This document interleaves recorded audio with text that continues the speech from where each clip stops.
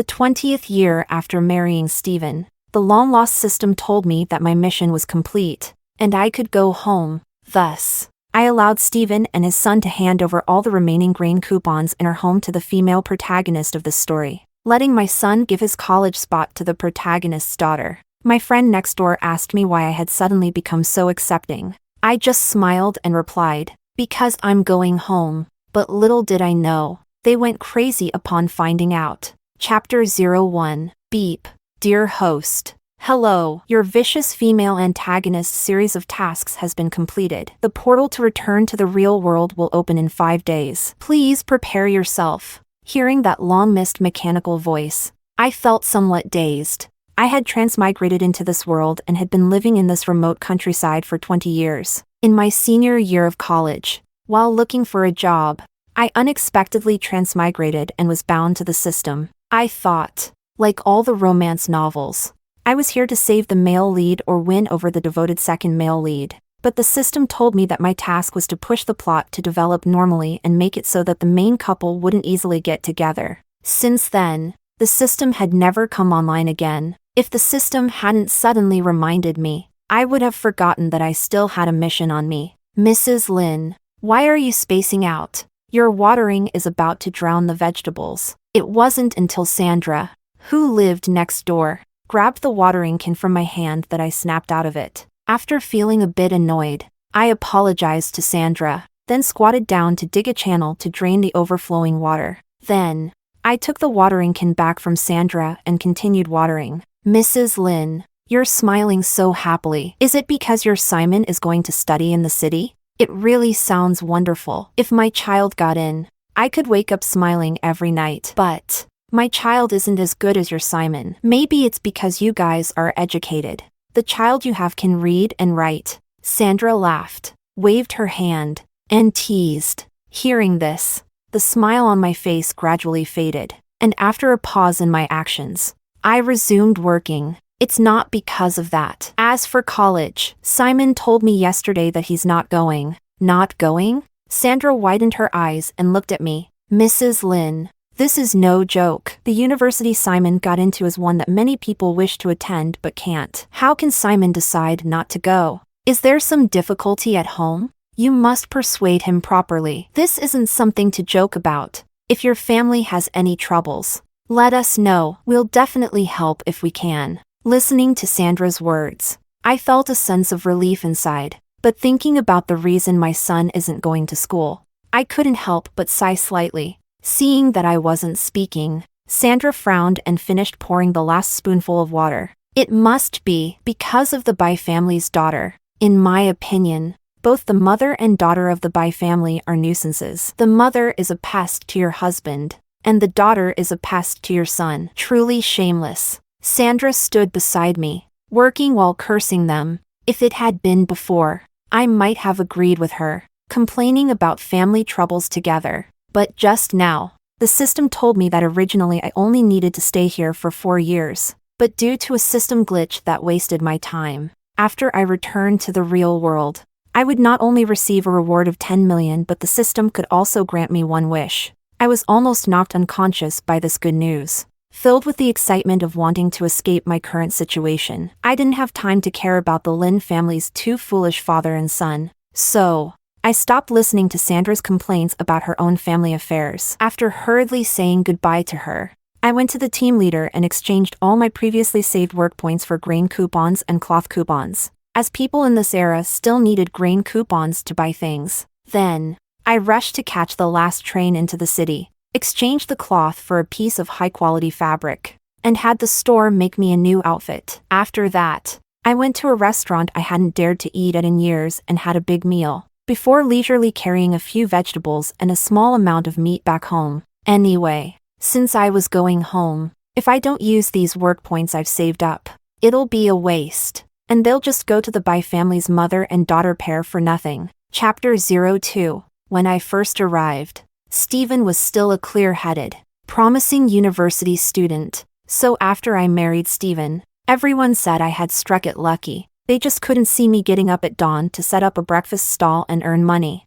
Nor could they see me being constantly nagged by his mother day and night because I couldn't provide support for Stephen. but I didn't mind. After all, Stephen was indeed very good to me. He would pick me up and go home together when he had no classes, stand in front of me when Lynn's mother criticized me, and massage my back when I woke up exhausted in the middle of the night. I truly wanted to change Stephen's ultimate lonely and disgraced fate, but later I realized I was wrong. No matter how hard I tried, the predetermined ending wouldn't change because of me, an outsider. In the end, Stephen fell in love with the female lead, Maria. He not only gave up his high-paying job but even volunteered to move to the countryside. He stayed in the village for 18 years. All these years transformed me from a vibrant young girl into a genuine housewife juggling farm work and household chores. I looked at my rough hands and bulky figure with a hint of self-mockery, relieved that these hellish days were finally over. When I passed by one straw hut after another and reached the only cramped small house,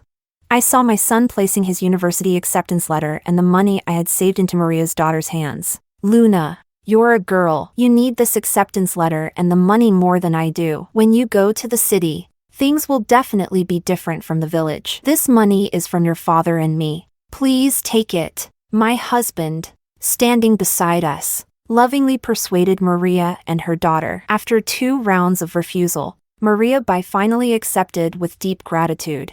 I laughed at the scene before me. Sandra was somewhat right. The mother and daughter were truly heartless, treating their own futures like a game. Even though I didn't want to deal with them anymore, Simon was still a part of me, driven by maternal love. I frowned and snatched the acceptance letter from him. "Simon, have you made up your mind? Not to mention how hard it was for you to get into university. If the fact that you transferred your spot gets discovered, then you..." "Mom," Simon impatiently interrupted me. "This is my choice." Dad agreed too. "Why are you interfering with my decision? You've been in the village for so long. Don't you know how hard it is for girls to get into university? And you taught me to be helpful, but you're so stingy yourself." I looked at him with disappointment, not understanding why my efforts to educate my son had resulted in this. "She needs it. She can take the exam herself. All these years, you and your father have given them grain and meat coupons.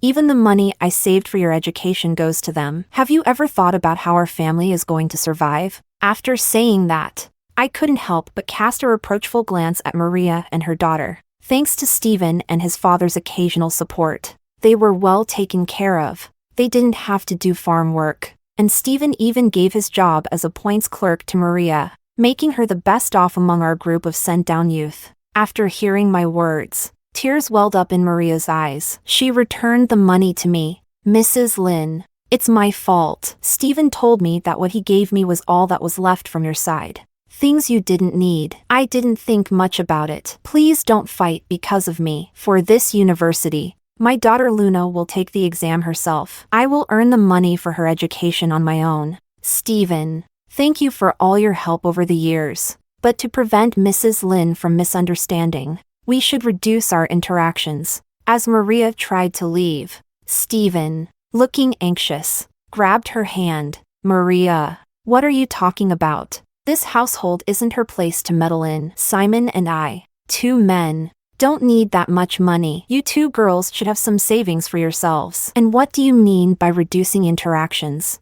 I'm married now. What could she possibly misunderstand? All right, just take the money and things." In the end, I could only helplessly watch Maria and her daughter take the money and acceptance letter and leave. After a disappointed glance at the father and son, I casually threw the basket I had been carrying onto the table and turned to leave. This place was too suffocating. I needed to escape, but before I could take 2 steps, Stephen called out to me. "Virginia, were you doing this on purpose?" Chapter 03. I stopped in my tracks, not because of Stephen's stern words, but because of that long familiar name. It's been such a long time, so long since anyone called me by that name. Ever since being sent to the countryside, people initially called me Miss, then Mrs. Lynn, but no one ever used my actual name. Why did you have to say that just now? Maria has been spoiled since she was young, and being sent down has already been too much for her. Are you going to stab her in the heart?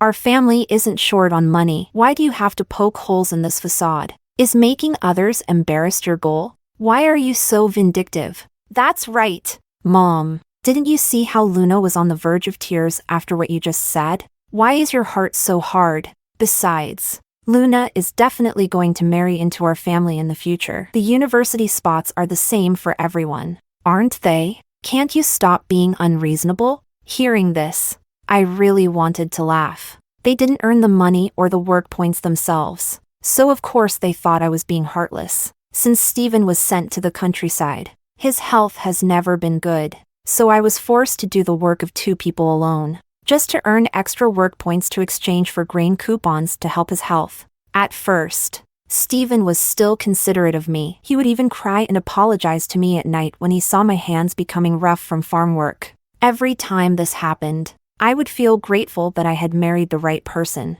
Later, after he learned that Maria wasn't eating or sleeping well, he stopped caring about me. Not only did he give the few grain coupons our family had to Maria, causing me to faint from low blood sugar several times due to not eating enough. Later, he even stayed all night outside her door despite his own weak health, completely disregarding my feelings while I was pregnant. Then, after his health improved significantly, he started working desperately on farm tasks to earn work points to exchange for cloth coupons. I thought he wanted to exchange them for our son's use, but later I discovered it was because Maria envied others' nice clothes. There have been countless such incidents over these 18 years. At first, I would get angry with him and even considered divorce. But seeing our little son, I always felt discouraged. I always thought I could endure for the sake of the child. Endure, and that endurance led us to now. A sharp pain in my hand snapped my wandering thoughts back. I looked at the hand gripping my arm.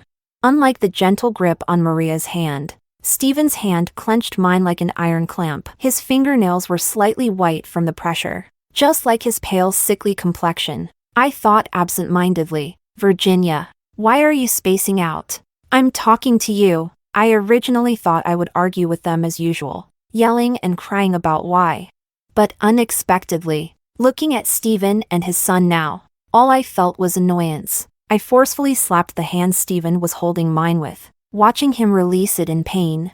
The suffocating frustration inside me finally dissipated a bit. It won't happen again. Do whatever you want. Saying that, without looking at the father and son's questioning faces, I turned and left, letting the setting sun take away the last warmth from my body. Chapter 04. One night staying at Sandra's house. I slept exceptionally well. I wasn't awakened in the middle of the night by Stephen's uncontrollable coughing, nor was I disturbed by Simon's studying noises in the morning. I even woke up naturally after a full night's sleep and enjoyed hot meals, something I had never experienced while staying at the Lynn family's home. If life could be so comfortable, who would want to work themselves to death? Countdown to return to reality, 48 hours. Perhaps my absence from home these past 2 days made Stephen and his son feel a sense of urgency, so they arrived at Sandra's house early in the morning to apologize to me. There's no lasting grudges in a family. As long as we talk things out, life must go on. Mrs. Lynn, trust me, your good days are still ahead. Sandra's mother-in-law smiled reassuringly, while Sandra herself held my hand with a worried expression. I forced a smile and obediently followed Stephen and his son back home, not out of softness, but because I had already been a burden to Sandra for too long. Staying any longer wouldn't be good for her either. Moreover, with less than 2 days left before my return home, it was time to put an end to things with Stephen and his son. Once home, I pretended not to notice Stephen's earnest expression. As if he wanted to have a heartfelt conversation with me, I turned around and went into the room to take out the grain and meat coupons I had secretly saved all these years. If it weren't for the sewing and small jobs I did during sleepless nights to exchange for grain coupons, I would have starved to death long ago. Seeing me about to leave without looking back, Stephen, looking pale, blocked my path. Virginia, can you stop throwing a tantrum? I know you're angry with me for acting impulsively, but I promised Maria's parents to take care of her. We've been married for so many years. Simon and Luna are getting settled too. How could I still have anything with Maria? Please stop losing your temper. Do you know how much gossip the villagers have been spreading about Maria because of your actions these past few days? And can you learn from Maria and spend more time socializing with those city classmates instead of getting so close to these rural women? What can these country folk do for us? You've been around them for so many years that you've become so country-like. Don't forget, We're still going back to the city eventually. Stephen's slightly disdainful words made me laugh involuntarily. I glanced coldly at Simon, who stood aside nodding in agreement. Simon, do you feel the same way? Simon nodded proudly. Of course, Mom. We're educated people. Not like these face the soil and back to the sky farm workers. I mean, Mom, you should spend more time with Aunt Maria and learn how she takes care of herself. Look at yourself now, next year when I get into university. What if my classmates see you? Who knows how they'll laugh at you behind your back. I looked at them with disappointment, not understanding why they had turned out this way. Stephen, have you forgotten that it was your own mouth that called these uncouth people, forcing you to walk 5 kilometers to the city clinic to save your life? And you, Simon, it was your so-called farm workers who saved both me and you during my difficult labor. Otherwise, do you think you'd still be alive here to mock them?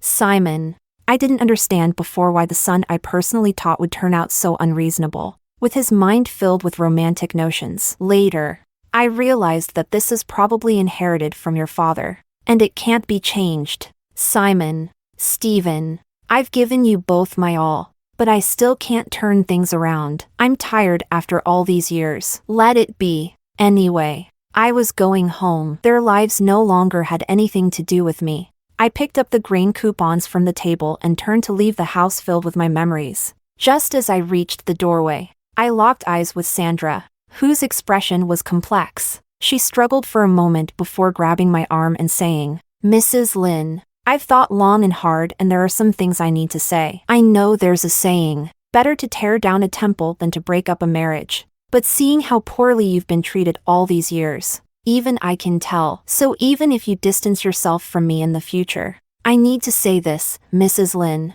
divorce Stephen. If you have nowhere to go, you can continue living at my house. I can talk to my mother-in-law about it. If that doesn't work, I'll take you to stay at my parents' home. You once told me that your mother loves you very much. I can't even imagine how heartbroken she would be if she knew what you've endured all these years. Mrs. Lin, you told me before that to love others. You must first love yourself. How did you forget that? Chapter 05. Yes. How did I forget? After a moment of daze, I grabbed Sandra's hand and smiled, saying, Sandra, don't worry. I won't anymore. You don't need to worry about me because I'm going home. A noise came from behind. I turned around to see Stephen staring at me with a pale face. Indifferently, I withdrew my gaze and placed the grain coupons I had been holding into Sandra's hand. Sandra, these are the coupons I've saved up over the years. Since I'm going home and won't need them anymore, I'm giving them all to you. Didn't you tell me last time that you wanted to make some beautiful clothes but didn't have enough cloth coupons? With these from me, you should be able to do it. Also, don't hesitate to use these meat coupons. Take care of yourself. Virginia. Stephen grabbed my hand desperately, his eyes full of panic. Aren't you an orphan? Where are you going to go? I frowned and shook Stephen's hand off, disdainfully patting the dust off my arm. Mind your own business about where I go. Stephen tried to say something more, but we heard someone shouting nearby. The Bai family girl has fallen into the water. Simon, who had been standing at the door with a mocking expression, turned ghostly pale upon hearing the news and ran toward the village's only river. Stephen's face also became anxious. Virginia. Luna has fallen into the water. If you want to go, go ahead. Do you think I can stop you from rescuing her? Why are you pretending to act like this here? I replied, somewhat bewildered. Stephen looked at me with a complicated expression for a long time before leaving with only one sentence. Wait for me to come back and explain. And then ran toward the river. I didn't bother to watch anymore. I had many things to do, and I wasn't going to waste any more time on these people. After explaining everything to Sandra, I ran to the team leader to subtly ask if I could proceed with the divorce unilaterally. Receiving a negative response didn't disappoint me. After all, the system had told me that once I left, my body here would die. It was just that this body would be buried under the name of Stephen's wife. Although it made me a bit uncomfortable, by then I would have already left and wouldn't be associated with it. After brainwashing myself like this, I no longer worried about the divorce. Upon returning home, unsurprisingly, The father and son showed no signs of returning. After all, this wasn't the first time such a thing had happened. When I was younger, I would still listen to his words and wait anxiously for an explanation he promised that night. But often, the next day, all I would receive was his "I forgot. Next time I'll tell you." Don't be so petty. Through days and nights of disappointment, I learned to brainwash myself. I convinced myself that Maria was a lonely person who indeed needed Stephen more urgently than I did. I persuaded myself that Maria had already followed the plot's progression and was pregnant with the male lead's child, making it impossible for Maria and Stephen to have any illicit affair. I brainwashed myself into believing that Stephen still cared about this family. Later, I gave up. Some people are just despicable and can't change. With a light chuckle, I took out the cotton quilt I had prepared for Simon and covered myself, letting out a sigh of reflection. Since giving birth to Simon, I hadn't slept well even once. Every day was spent worrying about this or that. Even the good things at home were reserved for Simon. This cotton quilt took me more than half a year to gather enough cotton and cloth coupons. It took another few months for this quilt to be delivered to me. Originally, I intended to leave this quilt for Simon to take to university. But since he didn't want to go to school, it was better to keep it for myself than let the mother and daughter benefit from it. I stopped thinking about it and gradually fell asleep. Chapter 06. Countdown to return to reality, 8 hours. When I woke up in the morning, the house was empty. I didn't mind making breakfast for myself, thinking about what the cloth shop owner had made for me. At that time, I was too excited and didn't know if the cloth shop owner had understood my requirements. So I left. If I had suddenly left while they were modifying the clothes, it might have scared them, which would have been bad. After pondering for a while, I still thought staying here was better than waiting at the ready-made clothes shop. This way, the modifications could be done faster. And I also wanted to wear my new clothes and show them to Sandra. When I returned to the village wearing my new clothes, I successfully caught the envious glances of many people, including Luna, who had just returned from the team leader. Her gaze towards me held not only envy but also a hint of determination. As I expected, shortly after I arrived home and delivered my things and made some sales, the Lynn father and son came back. "Virginia, you really made new clothes? This must have cost quite a few cloth coupons." At that moment, I was eating my last meal in this world. "Yes. What's wrong?" Stephen didn't expect me to reply like that. The words got stuck in his throat. He could only press his lips together, pull my hand, and sit next to me. "Virginia, can you apologize to Maria and Luna? You know, Maria never had to suffer before being sent down. She was spoiled growing up. So whatever others gave her, she just took it without thinking anything was wrong. It was because you said those things in front of her that she realized she had been relying on us to survive all these years. And she couldn't bear it and sought death. Just consider it saving a life. Go apologize to them. If you really can't face it, then maybe you should compensate them with your new clothes. After all, you look so good in them. Their skin is fair and delicate. They'll look even better wearing them. If Maria feels better, maybe she won't seek death. You know how girls love beautiful things." I almost withdrew my hand the next second, feeling absurd and ridiculous. "Stephen, I almost doubt how you got into university in the first place. She was the destiny of a wealthy girl. So am I supposed to suffer? Do you still think she's the 18-year-old Maria from before?" "Stephen, we're almost 40. Being naive at 18 is called innocence. But being naive at 40 with kids already born is called pretense. Do you really think she didn't know our family's situation all these years? She knows. She just can't ask because she's afraid you'll reveal the truth. And if you do, she won't be able to live a life of comfort as she does now." "Stephen, I've worked so hard for this family all these years. I don't believe you can't see it. And you, do you want the clothes? Can't you just say no? Why disgust me here? Honestly, you and Maria actually match quite well. Both are shameless." "Stephen, after all these years of entanglement, aren't you tired? Let's divorce. I'll set you free, and you can be with Maria." I looked at Stephen with resignation, feeling the pent-up frustration in my heart dissipate as I said these words. But Stephen hadn't spoken yet. Simon first loudly objected. "No, Mom, do you have to do this? Do you really want to make everything a mess just to satisfy yourself? You know that the villagers have been gossiping about Aunt Maria and Luna because of your recent overreactions. And you're still saying these things. You're just trying to throw them into the fire. Besides, my dad and Aunt Bai have pure friendship. Just because you don't have female friends doesn't mean my dad can't have any. You just spent so much time with these rustic village women. Vulgar. Simon! I was so angry that I slapped the table hard. How dare you talk to me like that?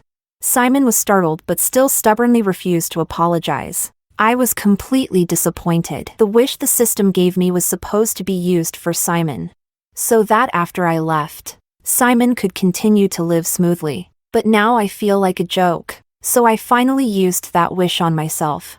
I wanted to go back to when I first entered school. I wanted to experience my university life. Simon, since you don't like me being your mother and even think I've disgraced you, then let's cut off the mother-son relationship. From now on, you and your father have nothing to do with me.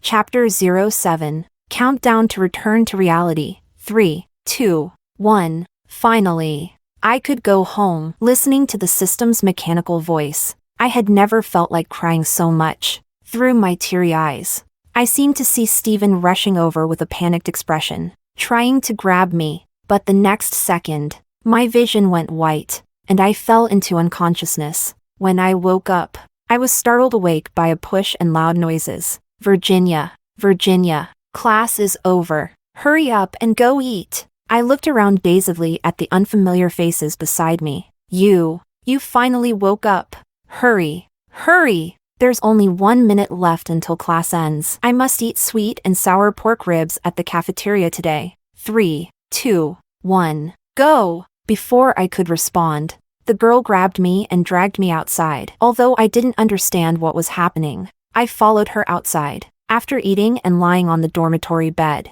reality finally hit me. I had really returned. Dear host, your reward has been issued. Please check your account. Hearing this mechanical voice and seeing the modern developments around me, I was so startled that I threw my phone, something I hadn't touched in a long time, onto my nose, causing pain that made me grit my teeth. No doubt now, I had indeed returned. Just as I was about to curse, I suddenly remembered that the system had told me my reward was 10 million.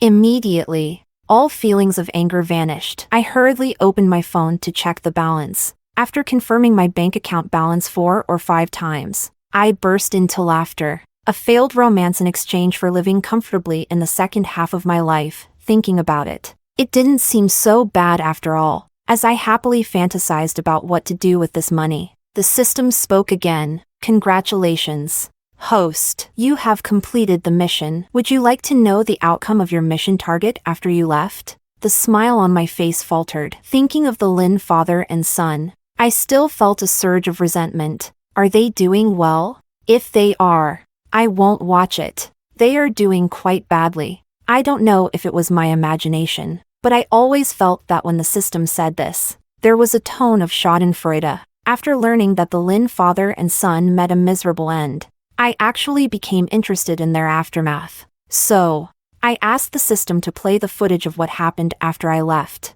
After I suddenly died in front of them, Stephen went crazy. Not only did he reject Simon's suggestion to bury me, but he also clung to me daily without letting go. Even when Maria came to persuade him to bury me, he didn't listen and even drove her away. Later, my corpse began to smell, and Simon couldn't stay at home anymore. He had to pack and move to the Bai family. He originally wanted to live as before, relying on others for everything. But how could the Bai mother and daughter treat him the same as I used to care for him? Now, Simon not only had to work 10 hours of farm labor daily to barely make a living but also had to rush back each day to cook for the two of them, even squeezing in time to sleep, let alone studying for the next year's college entrance exams. Simon soon realized this was not right, so he tentatively tried to get Luna to return the acceptance letter to him. But once the items were in their hands, how could the Bai mother and daughter let go?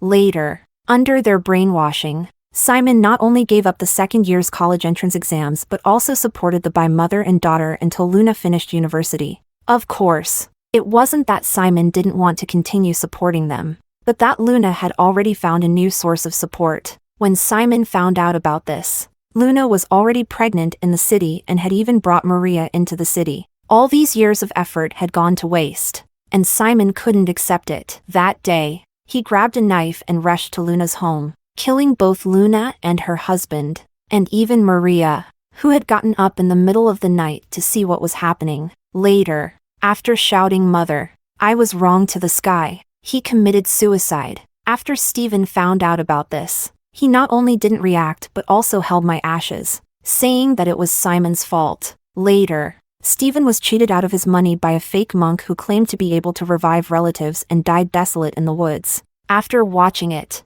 I felt as disgusted as if I had swallowed a fly. No wonder people always say that late developing deep affection is worse than something cheap. People were not deceiving me. After unbinding from the system, I took the money and went with my mother to travel to all sorts of places. From then on, with mountains high and seas wide, they had no more connection with me.